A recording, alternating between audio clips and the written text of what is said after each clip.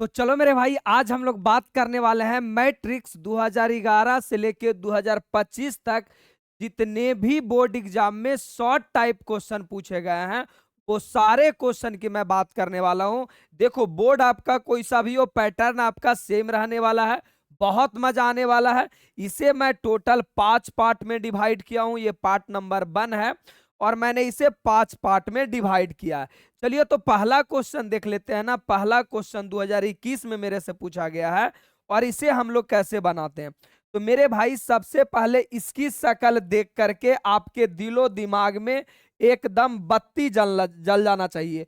बोलोगे सर ए मेरा क्या है? ये तो मेरा ए है। और ये ए डैश का क्या मतलब होता है सर? तो बोलोगे सर आपने बताया ए डैश का मतलब ट्रांसपोज होता है। ट्रांसपोज होता है। ट्रांसपोज का मतलब क्या हुआ?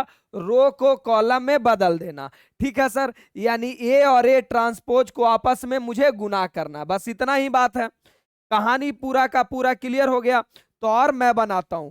अगर मैं बोर्ड एग्जाम में बनाता तो सबसे पहले कैसे लिखता? तो अगर बोर्ड एग्जाम में बनाता तब पेज के बीचों बीच लिखता मैं प्रश्न संख्या, जितना भी रहेगा वही लिखना है। प्रश्न संख्या 01। बोलोगे हाँ सर सही है। फिर मैं यहां लिखता सॉल्यूशन और गिवन दैट। सॉल्यूशन और गिवन दैट, ठीक है जी। अब मेरे पास क्या गिवन किया हुआ है? तो दुनिया का बच्चा बच्चा बताएगा कि गुरुजी ज्यादा चिंता मत करो, आपके पास ए बराबर दिया हुआ है। ए बराबर क्या दिया हुआ? 1 1 एक्स और बाई और एक्स स्क्वायर और बाई स्क्वायर, यही मुझे दिया गया है। ए बराबर, चलो जी चलो, एकदम आराम से। अब मुझे क्या निकालना है? ए ट्रांसपोज निकालना। ए ट्रांसपोज निकालना है। तो मेरे मुन्ना, जब इसे ए ट्रांसपोज निकालेंगे ना, तो ट्रांसपोज निकालने का सिंपल कहानी है कि जो भी आपका रो में लिखा हुआ, यानी जो पाड़ा में लिखा हुआ, रो का मतलब ये पूरा वाला, उसे आप खड़ा में सेट कर दो 1 1। जो आपका रो में लिखा हुआ उसे खड़ा में लिख दो 122। जो आपका रो में लिखा हुआ उसे आप क्या कर दो? खड़ा में लिख दो, बात खत्म। यानी सारे रो को मैं कॉलम में बदल दूंगा। यही आपका ट्रांसपोज होता है, यही आपका डैश होता है। बोलोगे कहानी क्लियर सर? अब अपने को क्या चाहिए? अब अपने को ए और ए ट्रांसपोज चाहिए, बस इतना ही तो मुझे चाहिए। यानी ए और ए डैश चाहिए, ठीक है जी। और ए डैश मैंने निकाल लिया है। तो ए का वैल्यू क्या है? तो दुनिया का बच्चा बच्चा इस बात की जानकारी देगा कि सर आपका ए का जो वैल्यू है ना, वो है 1 1 एक्स बाई एक्स स्क्वायर और बाई स्क्वायर। चलो जी, फिर अपने को क्या हुआ? अब ए डैश का वैल्यू क्या है? ए डैश का वैल्यू क्या है जी? आ जाओ आ जाओ, ए डैश का वैल्यू क्या है? ए डैश का वैल्यू आपके पास 1 1 एक्स बाई एक्स स्क्वायर और बाई स्क्वायर, बस बस बस यही है। ए का वैल्यू मैंने लिखा, ए डैश का वैल्यू लिखा। अब ये दोनों को मल्टीपल करना है। तो मेरे भाई, अगर आपने मल्टीपल करना नहीं सीखा है तो मैंने मैट्रिक्स का अलग से मल्टीप्लिकेशन का एक वीडियो बनाया है। वो आप वीडियो आपको देखना ही पड़ेगा। अगर वो वीडियो देख लीजिएगा तो आपको जीवन में कभी भी मल्टीप्लिकेशन में दिक्कत नहीं होगा। तो मैं तो उम्मीद करता हूं कि तुम वीडियो देखा होगा, और नहीं देखा होगा तो मुझे मैसेज कर लेना, मैं लिंक भेज दूंगा।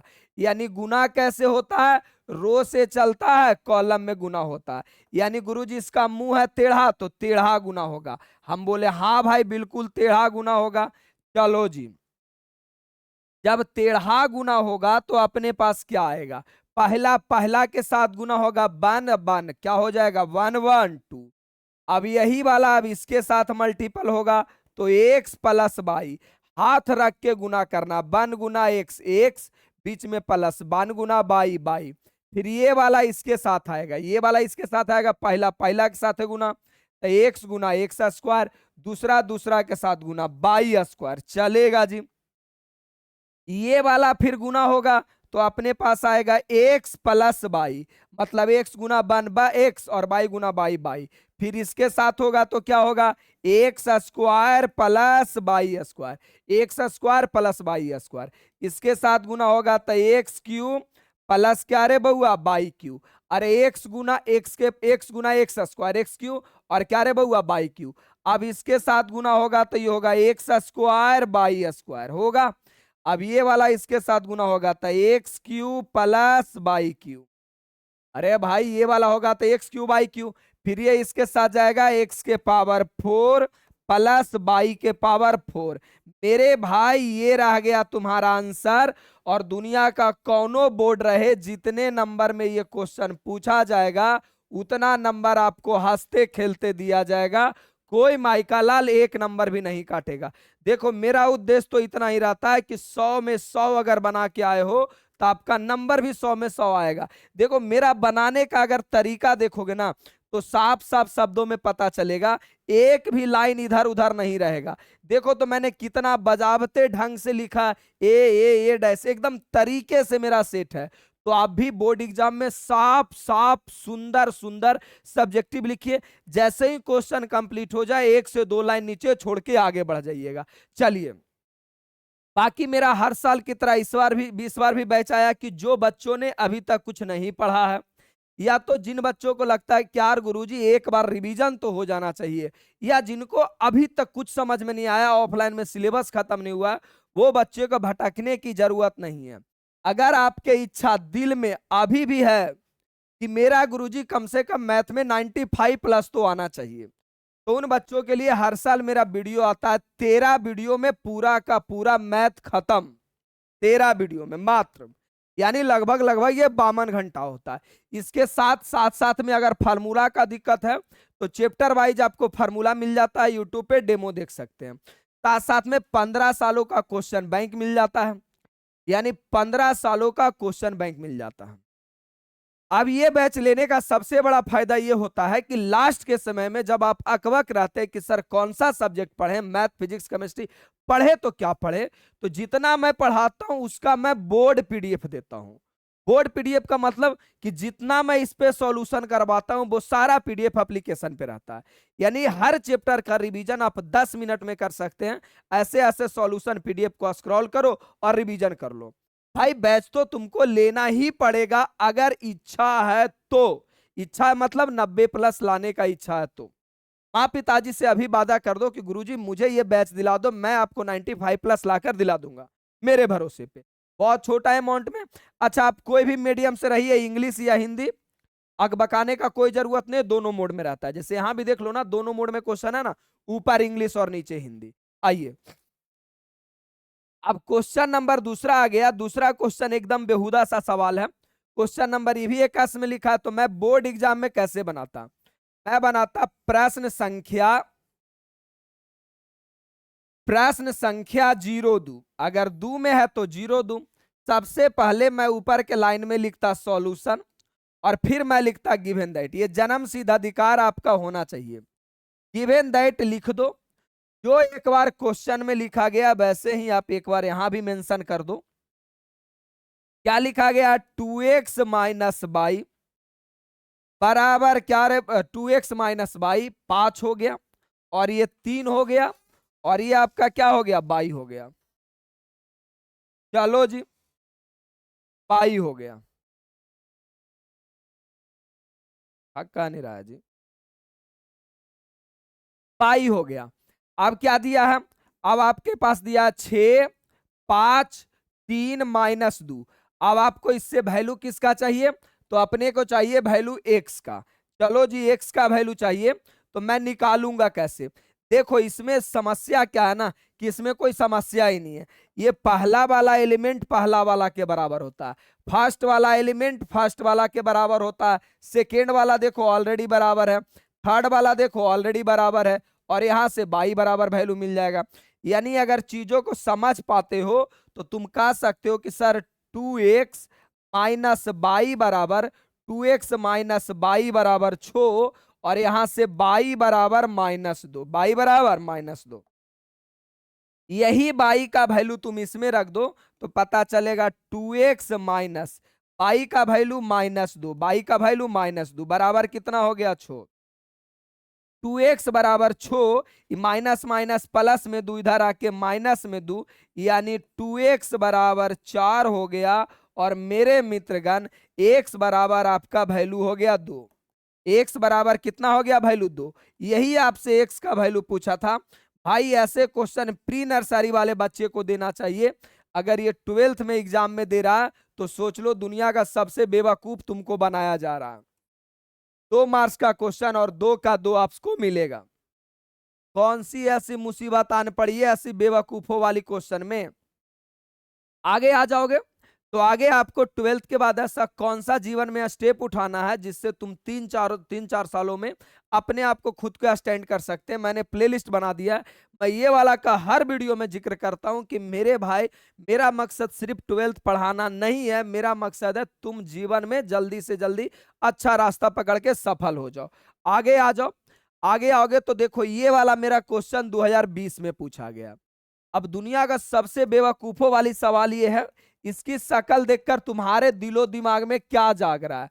कहोगे सर कुछ नहीं जाग रहा, ए और बी लिखा हुआ, मतलब ए और बी को गुना करना।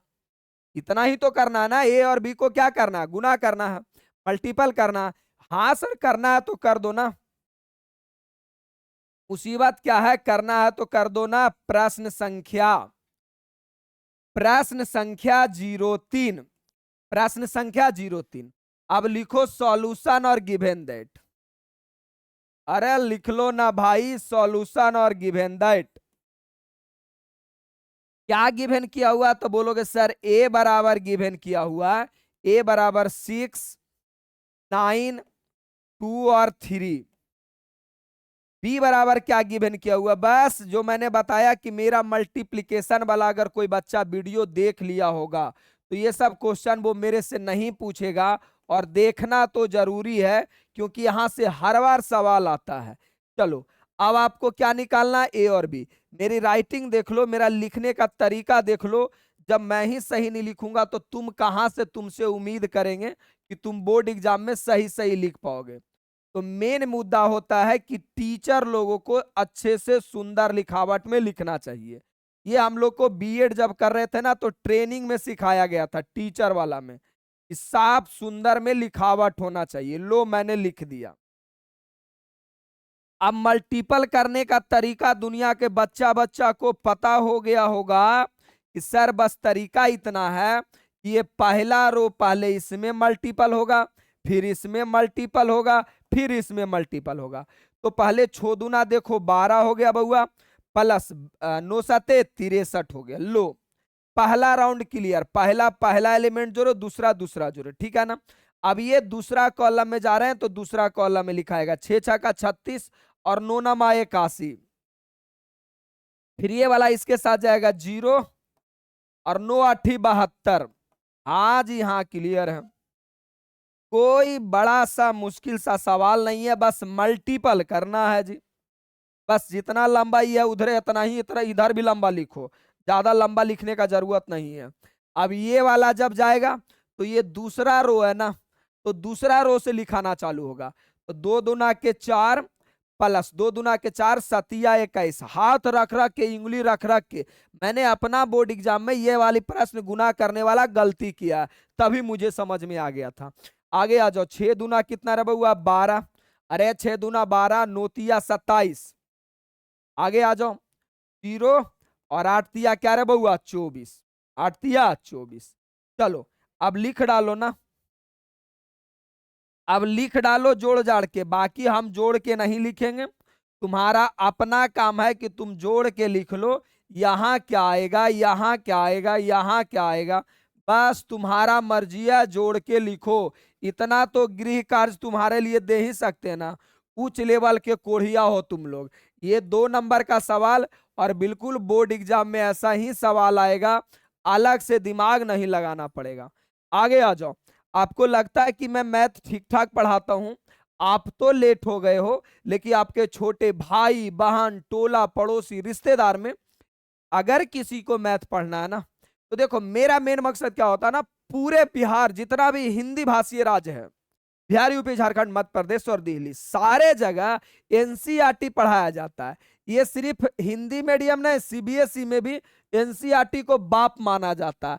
अरे मेरे भाई, एनसीईआरटी कभी भी आपको मैथ बनाना सिखा ही नहीं सकता। इसके लिए अलग से आपको फाउंडेशन का 1-2 बुक लगाना पड़ेगा, खास करके केसी सिन्हा वाला बुक तो जरूर लगाना पड़ेगा। और मेरे भाई, मैं इस बैच में केसी सिन्हा का एक एक क्वेश्चन करके सॉल्यूशन कराता हूं, साथ साथ में एनसीईआरटी मिल जाता है, क्वेश्चन बैंक मिल जाता है, फार्मूला वीडियो मिल जाता है। तो लगता है कि मैं ठीक ठाक पढ़ाता हूं, तो अपने छोटे भाई बहन को ये वाला बैच जरूर दिला दीजिएगा। और ये बैच आता है हर साल कितने तारीख को, तो 5 जनवरी को ये बैच हर साल आता है 12th वालों के लिए। चलो, जो नया 12th में जाएंगे, आगे आ जाओ। अब देखो अगली कहानी आपकी, क्वेश्चन नंबर 4 क्या कहता है। क्वेश्चन नंबर 4 देखो, पूरा कहानी इसे देखकर आपको समझ में आना चाहिए कि सर ए ट्रांसपोज, हालांकि ये क्वेश्चन ही तुम्हारा गलत है। बोलोगे सर आपको कैसे पता चल जाता है कि क्वेश्चन गलत है। हाँ, तुम्हारा क्वेश्चन गलत है, तुम मिला लेना। ये ट्रांसपोज के ऊपर भी ट्रांसपोज होना चाहिए, ट्रांसपोज के ऊपर भी ट्रांसपोज होना चाहिए। एक तो मेरे भाई, मैं इतने बार ऐसा क्वेश्चन बनाया हूं ना कि मुझे पता है कि क्वेश्चन कहां गलती हो सकता। दूसरे बात मेरे भाई, प्रॉपर्टी ही होता है कि ट्रांसपोज को अगर फिर से ट्रांसपोज करोगे तब ये आता है, ये प्रॉपर्टी ही होता है। लेकिन तुम कहां मानने वाले हो, मुझे पता है ना। टाइपिंग मिस्टेक माइनर बात है, तेरा भाई है ना, तुम क्वेश्चन बैंक मिला लेना। आगे आ जाओ, मैं अब बनाता हूं प्रश्न संख्या 04। प्रश्न संख्या 04 2004 में पूछा था, प्रश्न संख्या 04। चल मेरे भाई, सॉल्यूशन और गिवन दैट। जब आप भी टीचर बनिएगा ना, तो लगभग लगभग आपका दिमाग, अगर आप मेहनती शिक्षक बनिएगा, तब आपको क्वेश्चन देखते के साथ पता चल जाएगा कि मामला क्या है। ए बराबर अपने पास क्या दिया हुआ, 3, 4, √3, √3 और क्या रे बउआ, 2 और 2 और 0। चलो, अब अपने को क्या बोला, इसका मतलब समझ रहे हो। पहले बोला भाई डैश के मतलब होता है ट्रांसपोज, अभी चिल्ला चिल्ला के मैंने बताया कि शुरू वाला क्वेश्चन में कि डैश का मतलब होता है ट्रांसपोज। ट्रांसपोज का मतलब पड़ा लाइन को खड़ा में बदल देना, रो को कॉलम में बदल देना। चलो, मैं एक बार ट्रांसपोज करता हूं। देखो लिखने का तरीका देखो, जहां मैंने ये लिखा उसी के सामने यहां पे ये लिखा है, तो बदल दो। बदल दूंगा तो जितना भी ये पड़ा लाइन लिखा हुआ है इसे खड़ा में सेट कर दो, यानी 3 √3 और क्या रे बउआ, 2। फिर ये भी जो पड़ा लिखा हुआ है इसको खड़ा में सेट कर दो, तो मेरे भाई 4, 2 और 0 कर दिया। अब मेरा क्वेश्चन इतना ही तक मानने वाला नहीं था, मेरा क्वेश्चन कुछ और कह रहा था कि भाई एक बार तो ट्रांसपोज करवे किया, एक बार और कर दो, माने ट्रांसपोज को भी ट्रांसपोज करना। अरे शकल देखो ना, ट्रांसपोज को भी ट्रांसपोज करना है, मतलब एक बार बदलवे किया, एक बार आओ बदलो। हम बोले ठीक है भाई बदल देते हैं, क्या तकलीफ है, यहाँ पे ये रहेगा। चलो मैं बदल दिया, यानी मेरी अगली मंशा ये है ना कि ये जो ट्रांसपोज है इसको मैं फिर से ट्रांसपोज करूं। तो ट्रांसपोज करने के लिए आप लोग जानबे ना करते हैं कि पड़ा लाइन को खड़ा में करो 3, 4, ये पड़ा लाइन को खड़ा में करो √3 और 2, और ये पड़ा लाइन को खड़ा में करो 2 और 0।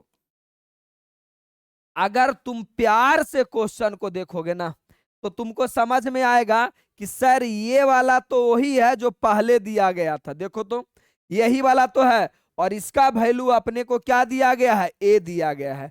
तो क्या दुनिया वाले को मैं ये बात गर्व से बता सकता हूं कि ये ट्रांसपोज को अगर हम ट्रांसपोज किए तो ये पूरी कहानी को ए दिया गया क्वेश्चन में है, यानी ये पूरी कहानी को मैं ये बोल सकता हूं, और यही आपको सिद्ध करना था, यही आपको प्रूव्ड करना था।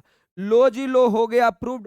और ये 2 नंबर का क्वेश्चन पूछा गया है, कई कई बोर्ड एग्जाम में 3 नंबर का क्वेश्चन पूछा गया है, तो ये आपका हो गया प्रूव्ड, और काम खत्म 2 नंबर वाला। अरे इसको तो अपन लोग ए बोल सकते हैं ना, क्योंकि ये बराबर ही तो दिया हुआ था। तो मेरे भाई मैंने क्वेश्चन को भी सुधार दिया और पूरे का पूरे तरीके से मैंने इसको क्या किया, बना दिया। मेरे अंदाज से चारों का चारों क्वेश्चन आपका सीधा सीधा दिमाग में गया होगा। वीडियो में कमेंट जरूर करना है कि कौन सी अच्छी बातें थी, कौन सी बुरी बात थी, आप तेज पढ़ाते हो, स्लो पढ़ाते हो, कैसा समझ में आता है। और अगर समझ में आता तो मैं उम्मीद करता हूं तुम भाई बहन से कि तुम अपने आसपास के जितने भी 12th के पढ़ने वाले होंगे उन्हें आप जरूर बताइएगा। अगली अगर मैं बात कर लूं तो मेरे भाई ये केमिस्ट्री का दुख तकलीफ आपका है कि अगर केमिस्ट्री में आपको दुख तकलीफ है तो मैं यानी आपका राजीव भैया पूरे केमिस्ट्री को 50 से 55 घंटा में खत्म करने का प्रयास करूंगा और बिल्कुल खत्म कर दूंगा। लगभग लगभग मैं पूरी का पूरी थ्योरी पढ़ा दूंगा, और जब पूरा थ्योरी पढ़ा ही दूंगा तो अलग से बोर्ड वाला क्वेश्चन कहां से पूछेगा, पॉसिबल ही नहीं है। तो ये वाला बैच बहुत छोटा अमाउंट में आया है 199 में। ये आपका एप्लीकेशन पे दिख जाएगा बउआ, ये रहा आपका एप्लीकेशन। कुछ नहीं समझ में आता तो मेरे मोबाइल नंबर पे कॉल या मैसेज करके पता कर सकते। बस मेरे भाई आज के लिए इतना ही। हम लोग इसका पार्ट 2 लेकर बहुत ही जल्द आने वाले हैं, यानी हर सुबह 12 बजे आपका एक वीडियो मिल जाता है क्वेश्चन बैंक का। तो आज के लिए इतना ही। लव यू मेरे भाई एंड बहन, खुद भी पढ़िए औरों को पढ़ाइए। गांव का एक एक बच्चा पढ़ना चाहिए और अच्छी शिक्षा सबका अधिकार है, सबको शिक्षा मिलना चाहिए। चलिए धन्यवाद, बाकी हम लोग मिलते हैं।